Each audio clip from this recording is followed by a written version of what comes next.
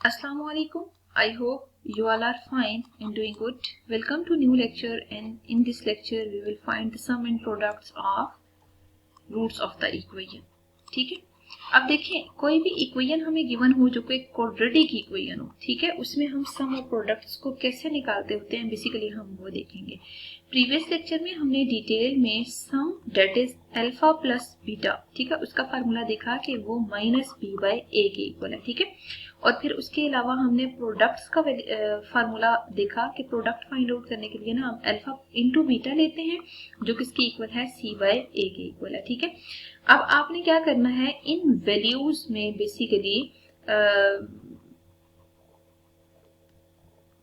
Simple आपने substitution करनी है और अननोन्स की वैल्यूज फाइंड आउट करनी होंगी। ठीक है, तो ऐसा करते हैं हम यहाँ पे एग्जांपल्स कंसीडर करते हैं ताकि हम उन एग्जांपल से वैल्यूज देख सकें कि कैसे सिंप्लीफाई करते होते हैं। क्वेश्चन आपको गिवन हो सकता है विदाउट सॉल्विंग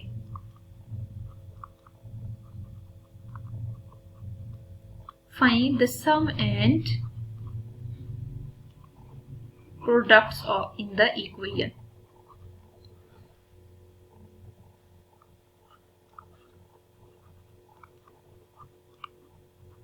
ठीक है, और हमेशा ना क्वेश्चन में इक्वेशन गिवन होगी। अगर इक्वेशन गिवन हो तो हमें सम और प्रोडक्ट कैसे निकालने हैं, उसके लिए सबसे पहले तो हमें ये करना चाहिए कि यहाँ पे 3x² minus 5x plus 7 equal 0, ये एक स्टैंडर्ड इक्वेशन गिवन है। ठीक है, आपने अगर इसमें बाकी सब वैल्यूज फाइंड आउट करनी है तो यहाँ पे ऐसे करते हैं, let alpha and beta be roots of given equation. ठीक है, ये जो गिवन इक्वेशन है ना, इसके रूट्स हम ऐसा करते हैं कि लेट कर लेते हैं कि अगर अल्फा प्लस बीटा है। ठीक है, नाउ आपने क्या निकालना है, सम ऑफ रूट्स। तो सम ऑफ रूट्स के लिए हम क्या करेंगे, इन दोनों रूट्स मींस अल्फा और बीटा को एड अप कर देंगे, एड अप करेंगे तो माइनस बी बाय ए के इक्वल है। ठीक है, फिर आप देख सकते हैं कि प्रोडक्ट हमने निकालना है, तो प्रोडक्ट ऑफ रूट्स, ठीक है, वो अल्फा इंटू बीटा के इक्वल है। ठीक है, अगर अल्फा इंटू बीटा को देखें तो सी बाई ए के इक्वल है। मतलब मैंने पहले ये किया कि दोनों जो फार्मूलाज है ना, उन दोनों फार्मूलाज को यहाँ सिंपल लिख दिया।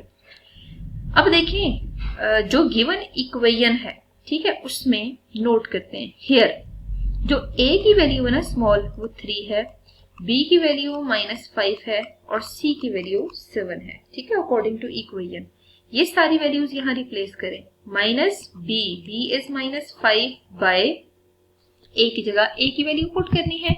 जब आप a की वैल्यू पुट करेंगे तो यू कैन सी हियर कि a की वैल्यू आपको 3 नजर आ रही है। ठीक है, तो 5/3, इसका मतलब है सम ऑफ रूट आपने फाइंड आउट कर लिया, दैट इज 5/3। अब product of root find out करना है जो कि c बाय a के इक्वल है। c को आप 7 पुट कर दें, a की जगह 3 पुट कर दें, तो ये आपके पास एक फाइनल फॉर्म आ रही है। ठीक है, तो मतलब इस मेथड से आपने निकालना है। मूव करते हैं एक और एग्जाम्पल पे।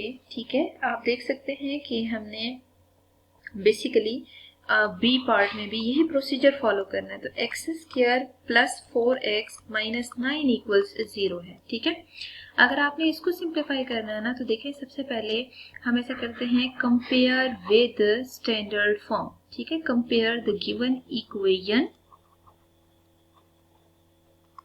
विद स्टैंडर्ड फॉर्म लिख देते हैं, या इसको पूरा स्टैंडर्ड फॉर्म को मैथमेटिकली लिख देते हैं, x² plus bx plus c equals 0। ठीक है, अब अगर आप देखें ना तो a की वैल्यू 1 आ रही है, b की वैल्यू 4 आ रही है और c की वैल्यू -9 आ रही है। ठीक है, पहला काम तो यही हमने करना है कि a, b और c को कंपेयर करके उनकी वैल्यूज को नोट कर लेना है। ठीक है, now you can see here कि हमने सम ऑफ रूट्स और product of roots find out करने हैं। तो सम ऑफ रूट्स किसके इक्वल होंगे, सम ऑफ रूट्स में ना हमने minus b by c formula देखा था। ठीक है, अच्छा अब एक और चीज, ये सबसे पहले यहाँ लिख लेते हैं, लेट कर लेते हैं। ठीक है, let alpha and beta be two roots. ठीक है, ये वो दो रूट्स हैं जो हमने खुद से लेट किए हैं। ठीक है, फिर हम लिखेंगे कि अगर हम सम इनका निकालना चाहते हैं ना, तो सम ऑफ रूट्स में हमने इन दोनों रूट्स का सम लेना है। तो माइनस बी बाई ए के इक्वल होगा, ये वैल्यूज पुट करेंगे, b की वैल्यू 4 है और c की वैल्यू 1 है, तो आंसर -4 के इक्वल आ रहा है। ठीक है, क्योंकि डिनोमिनेटर अगर आपको ना भी गिवन हो तो उसकी जगह आप 1 लिख सकते हैं, ठीक है। इसी तरह 1 लिखा हो तो उसको भी डायरेक्ट आप लिख लें, ठीक है। अब प्रोडक्ट ऑफ रूट्स निकालने हैं। Product of root C by A के इक्वल है, तो सी बाय ए में सी की जगह सी की वैल्यू और ए की जगह ए की वैल्यू पुट करें तो आंसर -9 के इक्वल है, ठीक है। इसका मतलब यह है कि यहाँ पे आपने सम और प्रोडक्ट ये दोनों फाइंड आउट करनी है, ठीक है। अब देखिए दोनों क्वेश्चन जो है ना वो थोड़े डिफरेंट हैं। जो हम पहले फाइंड आउट कर चुके हैं उसमें by using quadratic formula, factorisation method और कंप्लीटिंग स्केयर मेथड हम हमेशा उन रूट्स की वैल्यूज फाइंड आउट करते थे, ठीक है। जैसे x की वैल्यू 5 या x की वैल्यू 2 आ जाती है। लेकिन आपने जब इससे रिलेटेड क्वेश्चन करने हैं ना तो उसके लिए फिर हमेशा याद रखिएगा कि आपसे ये पूछा जाएगा कि सम और प्रोडक्ट ऑफ रूट्स क्या है, या कोफिशिएंट्स ऑफ इक्वेशन भी आपसे पूछा जा सकता है क्या है। तो फिर हमें ये है कि इन प्रोसीजर्स को अप्लाई करके प्रॉपर हम सिंप्लीफाई किया करेंगे, ठीक है। तो ये टेक्निक हमें क्लियर होनी चाहिए कि बेसिकली हमने करना क्या है। फर्स्ट स्टेप हमारा ये होना चाहिए कि हम कंपेयर कर लें स्टैंडर्ड फॉर्म से, ठीक है। Standard form of quadratic equation a x square plus b x plus c equal to 0 होती है ना, तो आप इससे कंपेयर करके ए और बी और सी, ठीक है, इन तीनों की वैल्यूज जरा नोट कर लें, ठीक है। ये तीनों वैल्यूज नोट करने के बाद फिर आपने डायरेक्ट क्या करना है, सम और प्रोडक्ट लेना है। तो सम और प्रोडक्ट के लिए हमेशा याद रखिएगा हमें यहाँ पे ना लेट करना पड़ेगा अल्फा एंड बीटा रूट्स हैं अगर, ठीक है, बी रूट्स ऑफ इक्वेशन। और ये भी है कि अगर आप इनको रूट्स ऑफ द इक्वेशन कह रहे हैं ना तो ये अल्फा प्लस बीटा और अल्फा इनटू बीटा है, ठीक है।